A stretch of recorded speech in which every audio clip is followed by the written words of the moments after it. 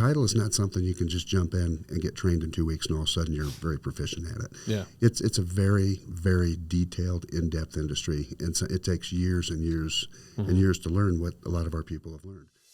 Welcome to Agent Success Podcast. If you're a real estate agent looking to succeed in today's crazy market, well, you're in the right place. Each week, we talk with successful real estate agents willing to share their expert insights, trade secrets, and mindset that help them to succeed. There's no fluff, just straight to the point content that prioritizes one thing above all, your success. So without further ado, let's cut to the chase.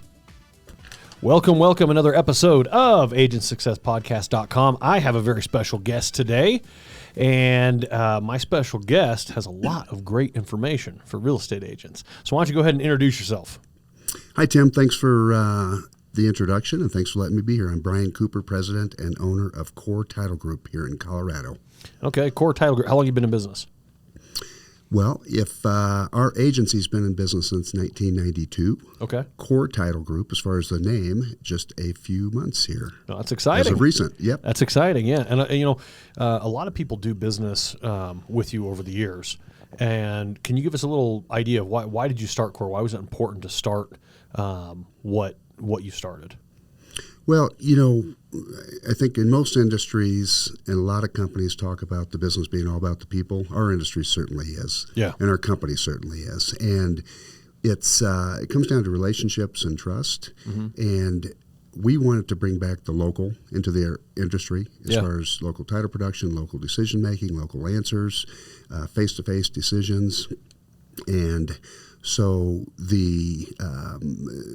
we started Core Title based on core values. Yeah. If you really that's want to interesting. get Is that where the name comes from? That's where the name comes from. Okay, nice. Came up with 80 some odd names and was reading something and read that and thought, that's it. It's real simple. Nice. So in order to really, truly just get back to a one-on-one, day-to-day basis, that's why we went that route. Okay. Now, one thing that's interesting with when you say local is it seems like our industry is everybody likes to use the word local, right? Like, hey, we're a local lender, we're a local realtor, we're a local title company. But behind that local, it always seems like it's like, I always refer to it as like Walmart saying that you're your local grocery store. They're definitely not your local grocery store. They run all their operations somewhere in the country, and you just happen to be an employee locally. And being truly local to me is very different. So if you work for a big bank, a big title company, a big real estate company, and you are subject to the corporate overlords, so to speak, right? Then that's not real local. How do they know specifically in Colorado Springs, in Brian's network, what do they need, right? What does the local people need that a big company can't necessarily provide? And now you're able to jump in and provide that on a truly local basis. So where do you have your offices now? Well, that's very well said, actually. So we've got 2 offices in Colorado Springs, off of Voyager and Jetstream on the north end, downtown, off of Sahuarchin, Colorado. We're in Woodland Park for now, and we're in Kansas City for now. Okay. But we cover all 64 Colorado counties. Okay, nice. So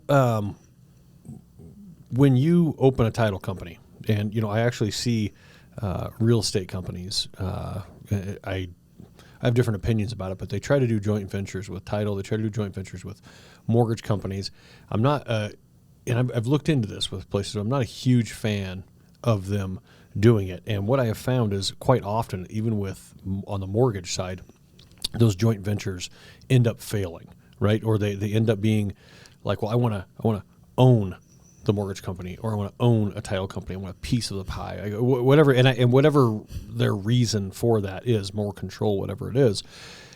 Oftentimes, those end up failing. They don't realize the amount of work that actually goes into running a successful title company or a successful, mortgage company. So that can be very challenging, and I see a lot of real estate companies at least talking about it. Talking about doing it. So, would you mind telling me, what do you think if you were to start a new title company, which you just did, what is a couple challenges that maybe are unforeseen and very difficult that you've had to overcome?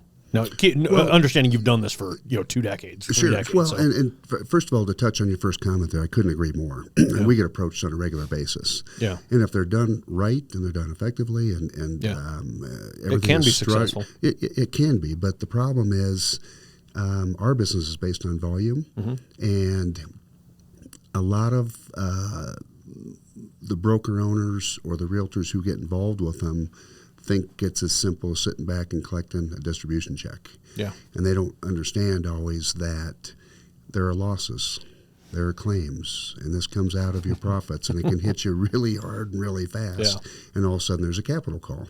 Yeah. And it's a lot of work with what we do. And there's brick and mortar, and our industry is not easy at all.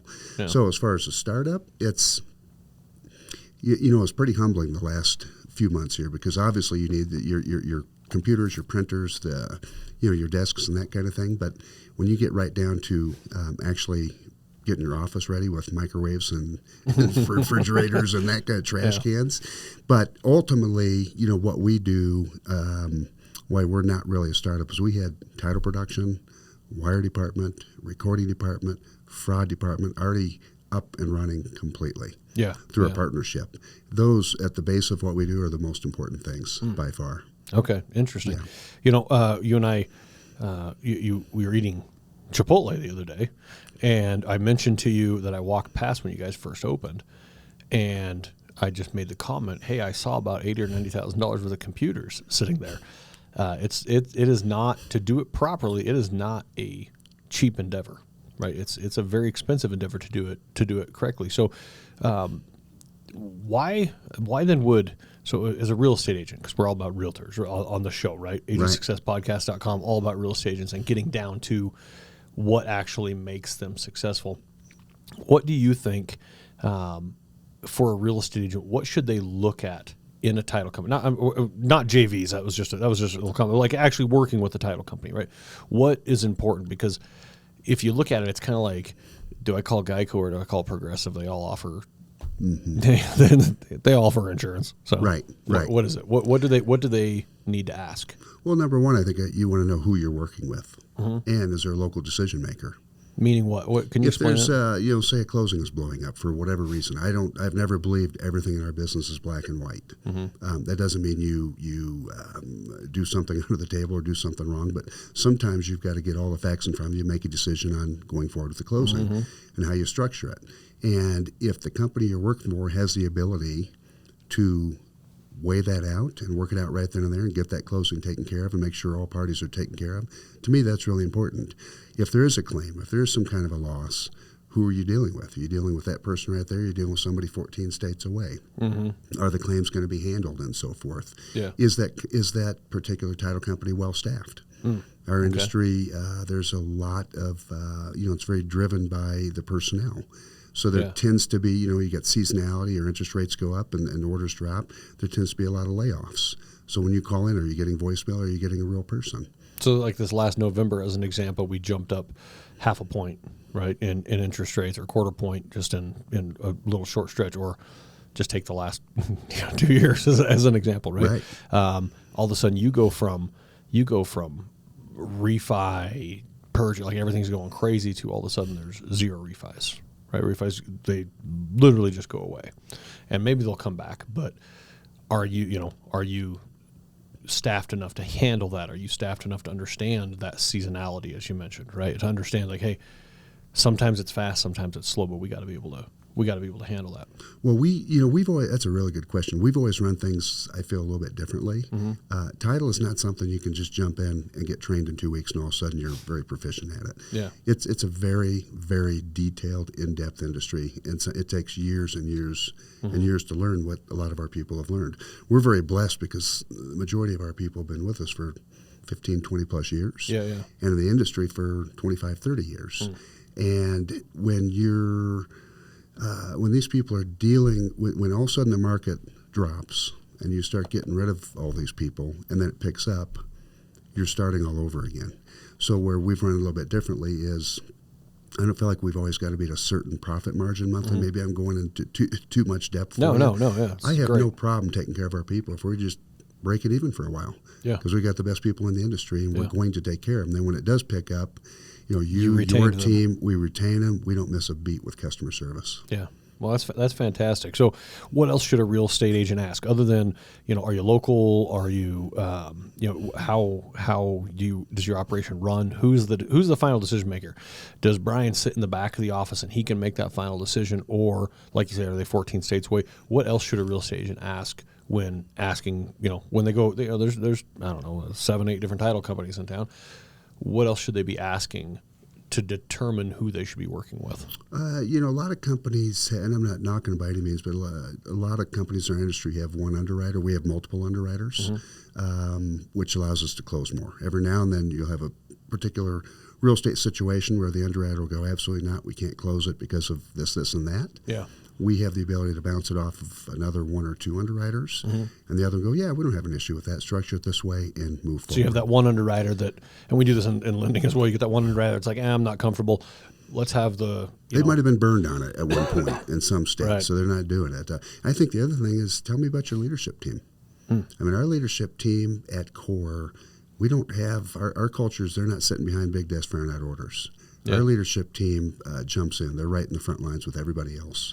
And I walked in your office down there, and like I was mentioning the other day, it feels very open. You have a big space where you have multiple desks, and then all the offices just surround that. So it's a team type environment in there, as opposed to everybody spaced out everywhere. That concept works really well for us. Yeah. There's sometimes gets a little loud, but there's energy, there's laughter, and that tends to carry right over into the phone calls and right into the closing room. Do you think it's important when a realtor is asking about different title companies? Do you think it's important that the closer has an assistant?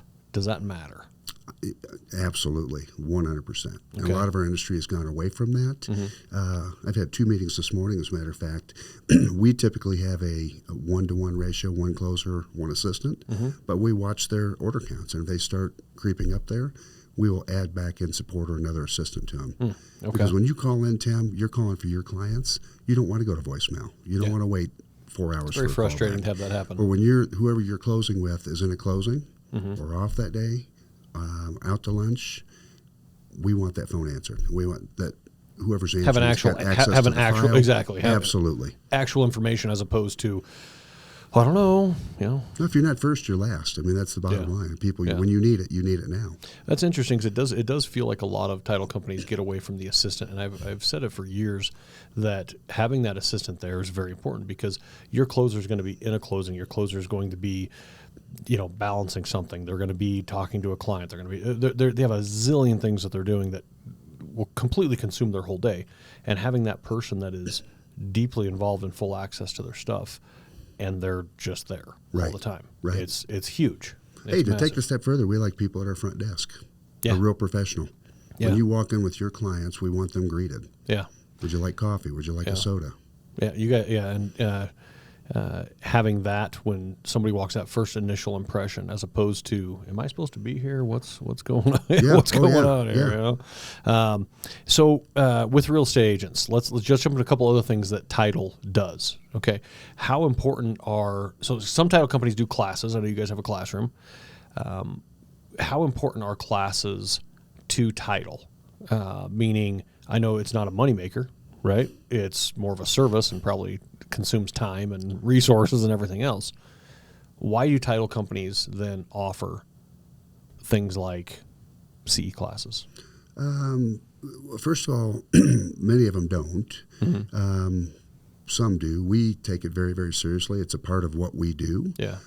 We call it core university. And number one, we feel like it's a value add to our current clients. Okay. If we can keep helping them become better and better to serve the consumer, then that's a value add. If we can help them become more productive, that's a value add. In addition, people who wouldn't have had exposure to us or close with us, it puts us face to face with them, and then now we're adding value to somebody else, and our business has grown that way. That's interesting that you mentioned value add. That is, I think, a largely missed piece of our industry is we first off, we think we add value to our referral partners, but in reality, we just give them shiny objects or apps or this or that, things that don't truly add value to them. Whereas you can step in and say, hey, we have, like as an example, our university, and you bring in legit teachers to come in and do stuff. It's I think it's a missed thing that a lot of companies don't do very well. Right. They're behind the times. They just don't approach it as a let me give, and then only then can I expect to receive. Right. I have to provide value to you before I can expect anything in return. Right. So a couple more quick questions. What do you think how long have you been in this now? You've been like your second 30, year of business? Yeah. How long have you been 33, 34 years. 33 years, okay. Yeah. So I have my opinions on this, and a lot of realtors have their opinions on this, and we talk to a lot of very successful realtors. But I'm curious your thoughts. What is the number one reason agents fail? That is such a good question. To me, that's the best question you can ask, and it's the one question that people rarely ask. Yeah.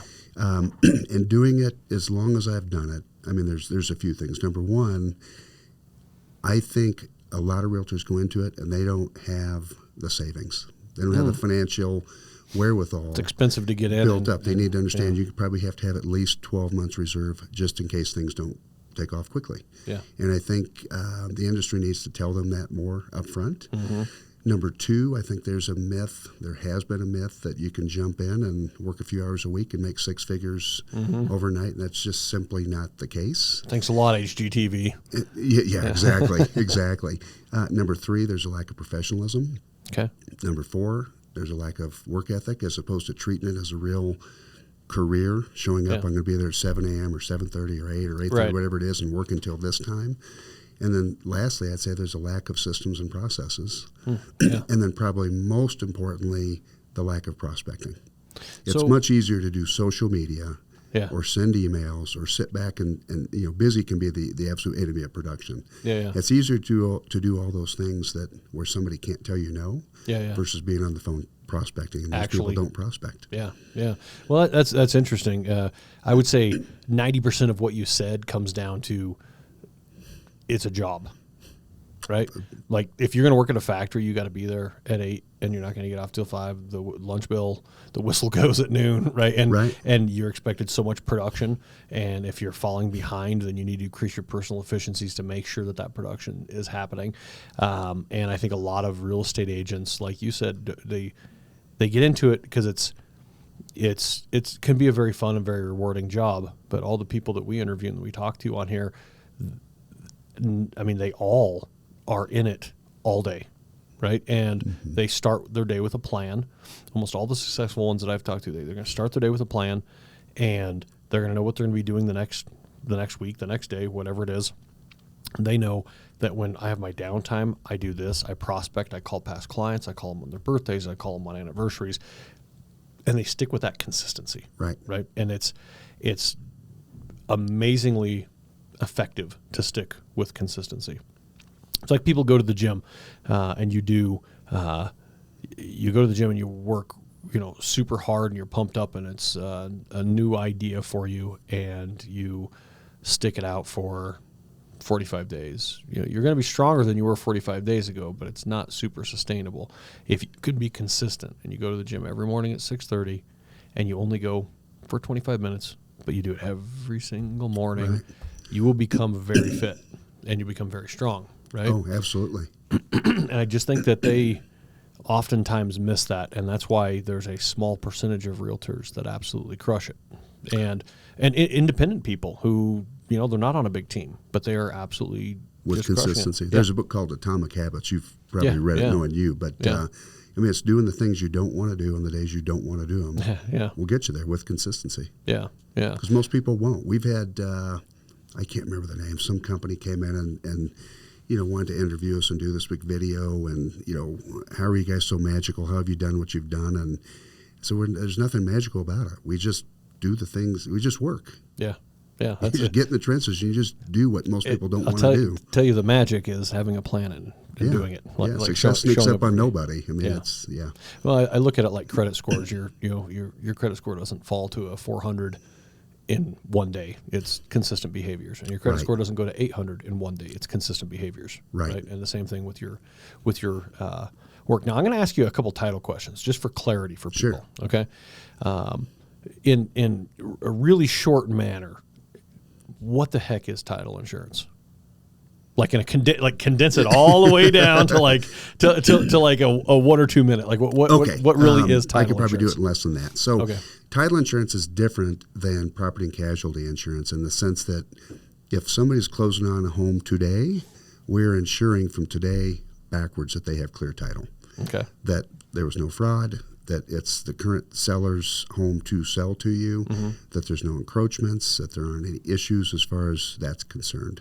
And it really protects the largest investment, typically, of a person's lifetime. On the surface, that sounds like a dangerous policy to write. From outside perspective, I'm going to guarantee that 50 years ago, somebody didn't do something. That sounds like a dangerous policy to write, right? But well, I guess with technology and everything involved, there's a lot. I mean, it's there's brick and mortar, there's technology, there's people, there's we have to pay a ton of money into data because it's got to be constantly kept up. Yeah, and there's so much fraud concern in our industry. Our staff knows every single phone call that comes in, every email that comes in. You better assume that it's fraudulent. That is so crazy. And I want to touch on that in a second. Let me finish my title thing. I'm going to come into the fraud because that is a huge thing that a lot of real estate agents need to be very aware of, and getting it directly from someone who's lived it for the last 15 years, right? 15 years meaning that's when I feel it's gotten, maybe in the last 10 years, gotten a lot stronger. Yeah, right? I agree. So let's go back to what title is.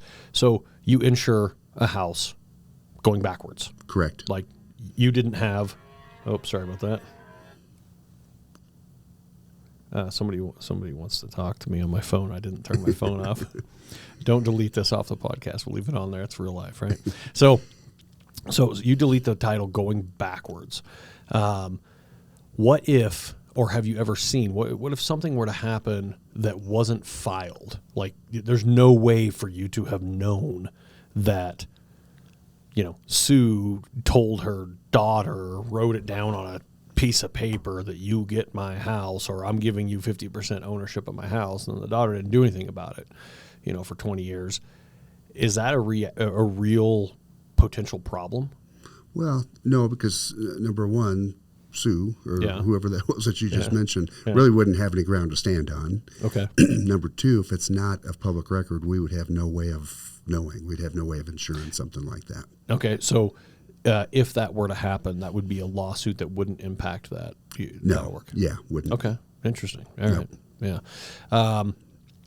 The other part that I'm curious about that a lot of people miss is when as a loan company, we get title insurance on a loan, we get a lender's policy, but it feels like the most important thing, at least to the client, even though that insurance policy is definitely the most important thing, is the closing. From my understanding, closing is just simply an add-on convenience that title companies provide, right? Because you could really close. Some states have to close attorneys or whatever the case may be. So you guys aren't a closing company. You're an insurance company selling title insurance for a house that has the added convenience. It'd be like going to an old gas station and they squeegee your windows and check your tire pressure. Sure. Right. Sure. Is that kind of accurate? Yeah. I mean, if you go back, I don't know the time frame, probably 40 years or so.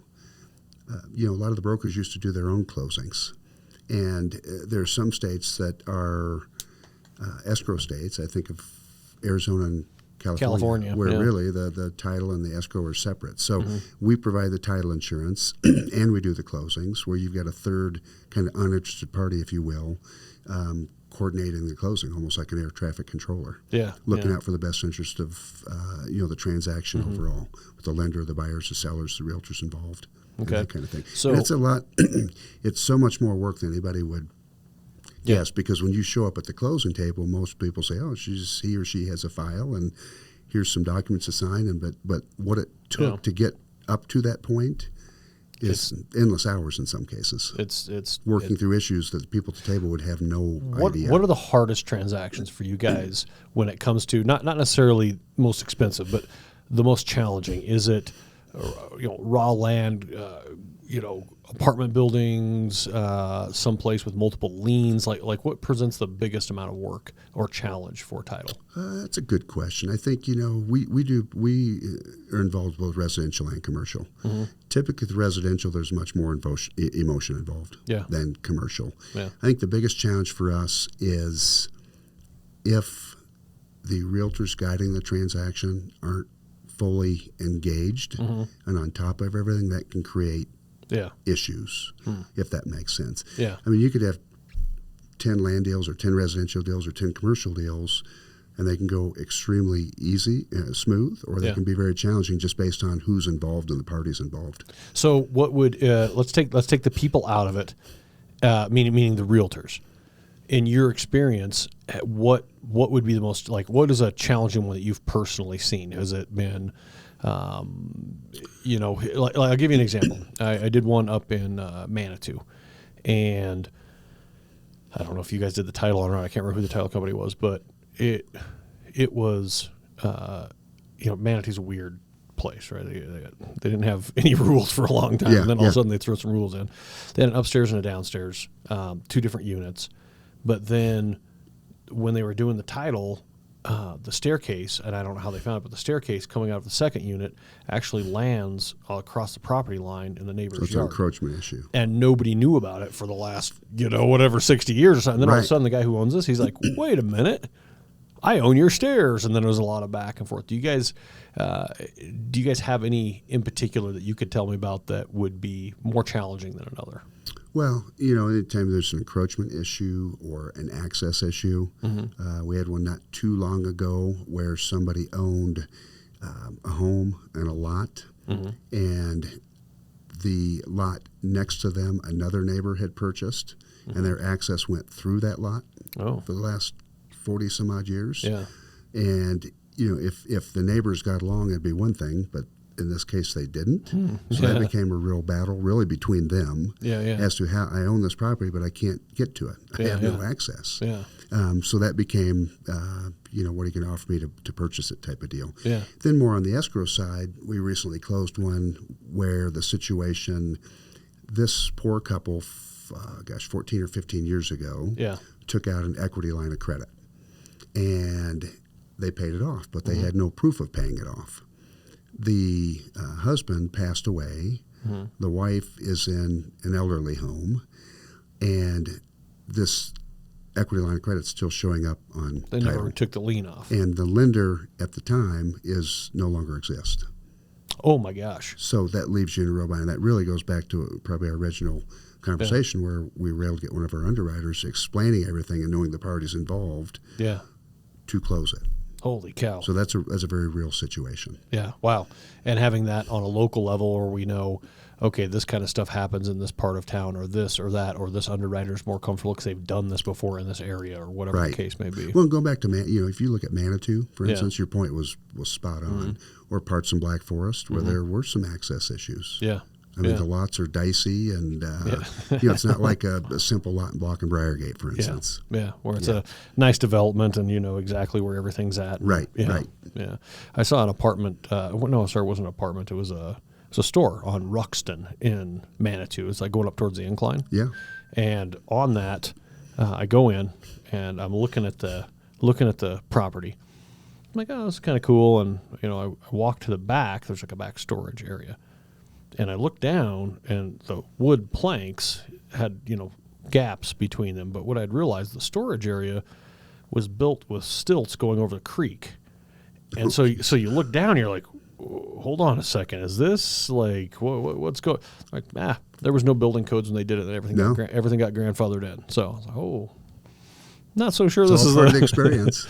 part of the Manitou experience, right? Yep. Right. Can we touch on fraud really quickly? We have Sure. We're about the 30-minute mark, but I'd like to touch on it, okay? Because it's something, as a lender, we've seen it, we've run across it, and it is very very sophisticated, and sometimes it's actually very elementary in how they do it, but it can be very sophisticated in that when somebody is able to take your wire and they're transferring it to, they're bouncing between different accounts, and then they're splitting it up overseas, and you're never going to see that $100,000 again, right? It's gone.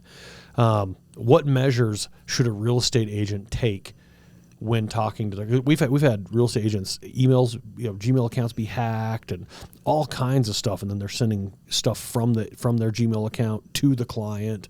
We've seen all kinds of stuff. So what measures should a real estate agent take to make sure that their clients are very safe when it comes to wire fraud? Because it's a very real thing that we've experienced at our company. Oh yeah, it's not going away. Yeah, the problem starts, Tim. Guys like you and I will talk about it for a few minutes here and a few minutes there, but the bad guys, this is what they do 24/7. Yeah, I mean, they're already 6 months ahead. Yeah. Right, of what is about to come. Yeah.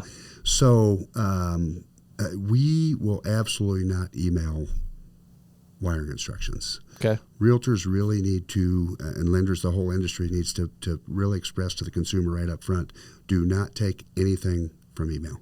If you get wire instructions on email, don't. Even if it appears to be coming from you, Tim, or somebody on your amazing staff, or from the realtor, you have to. I would tell them right up front: assume it's been hacked. That's not, because I would never send you anything like that. Okay.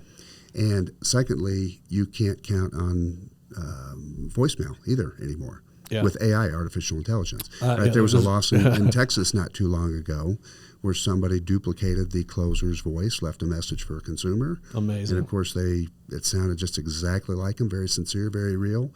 They emailed the money, gone. You can get a local phone number on a VoIP system very easy.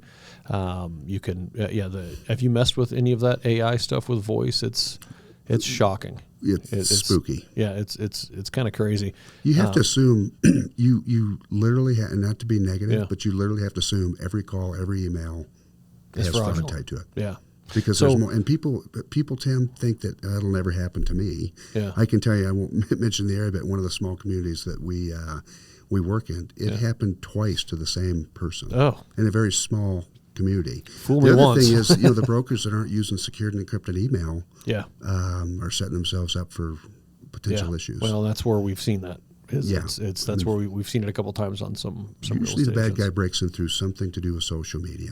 Yeah, right. A consumer's on there excited, saying, "Oh my gosh, we close on our new home coming up January 30th, and here's pictures of it." And all of a sudden, they start working their way in. Yeah, I'd like to thank my real estate agent and everything else. Yeah, and actually, you'd be able to really dig, through public access of like even Zillow and everything, get a lot of information from that absolutely. Point. Again, this is what they do 24/7. So then how does the client get, if we're not going to accept email and I assume text as well, how do they get those wire instructions, and how do they confirm that it's? Well, it's usually face to face. It's through our title work when we deliver the title work. It's if I have you on the phone and I know it's you, and you've got your client on the phone, that type of thing. Okay, so it's a direct we conversation. We have to be very strict, and some people could look at it as poor customer service because, hey, I need it now. And but we wouldn't be looking out for their best interest if we did that. So I tried this a while back because it had seemed to be becoming more relevant, right, when I did this. But what I decided to do is on a wire transfer, I transferred $100. Now I had to pay an extra $30 transfer fee or whatever your bank charges for that. Right. And then I called and confirmed that it landed. Everything was good. And then we duplicated those same wire instructions and then sent the whole lot of money after that. Smart. Can you think of any other things, checks and balances? Would a certified check be better than a wire? Or like, what would you recommend? Yeah, if it's a certified check and we have it well in advance for the closing, where we have time for it to clear and that kind of thing, and verify funds. Yeah. Obviously, more safe. Yeah. Okay. Than a wire. You hate to say that, but that's what it's become. Yeah. That's what it's come to. Yeah, that's interesting. Yeah. Any other points you want to mention on the fraud? Just always be aware. Always be alert. Yeah. Know who you're dealing with. Know who you're working with. So, what happens is if we get an inclination that there's a wire fraud, our team will stop everything and automatically start tracking down the lenders, because now you're racing the clock. Yep.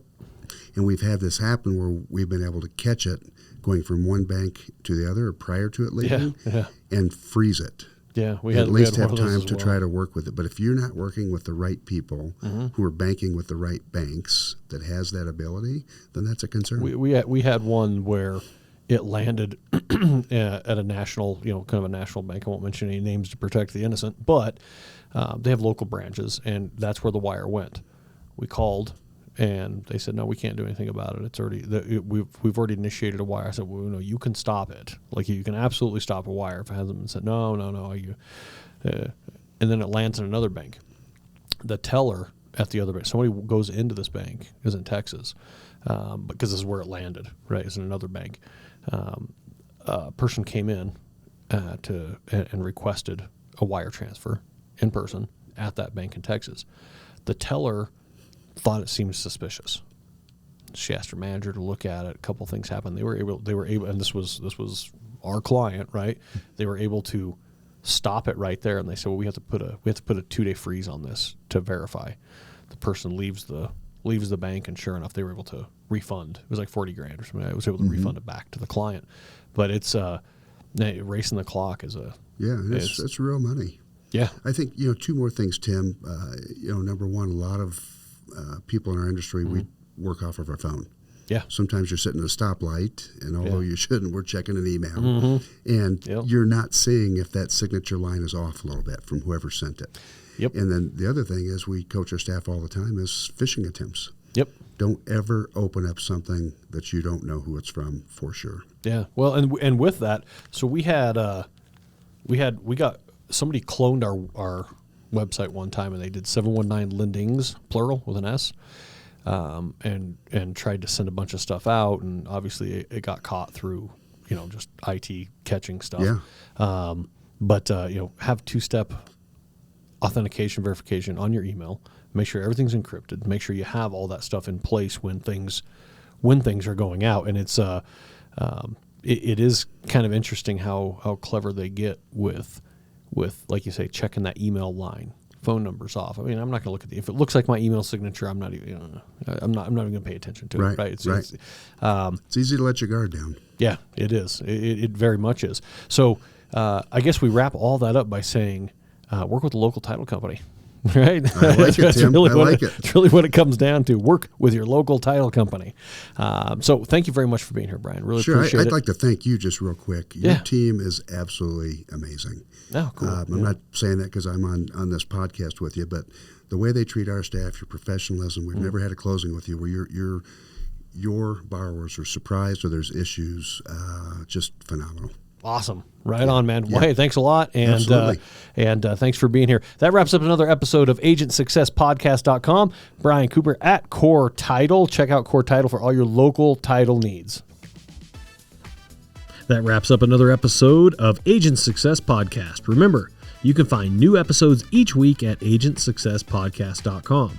We hope you found the insights and best practices shared today truly valuable. And if you did, please subscribe, rate, and leave a review on your favorite podcast platform. Remember, your success is a journey of learning and improvement.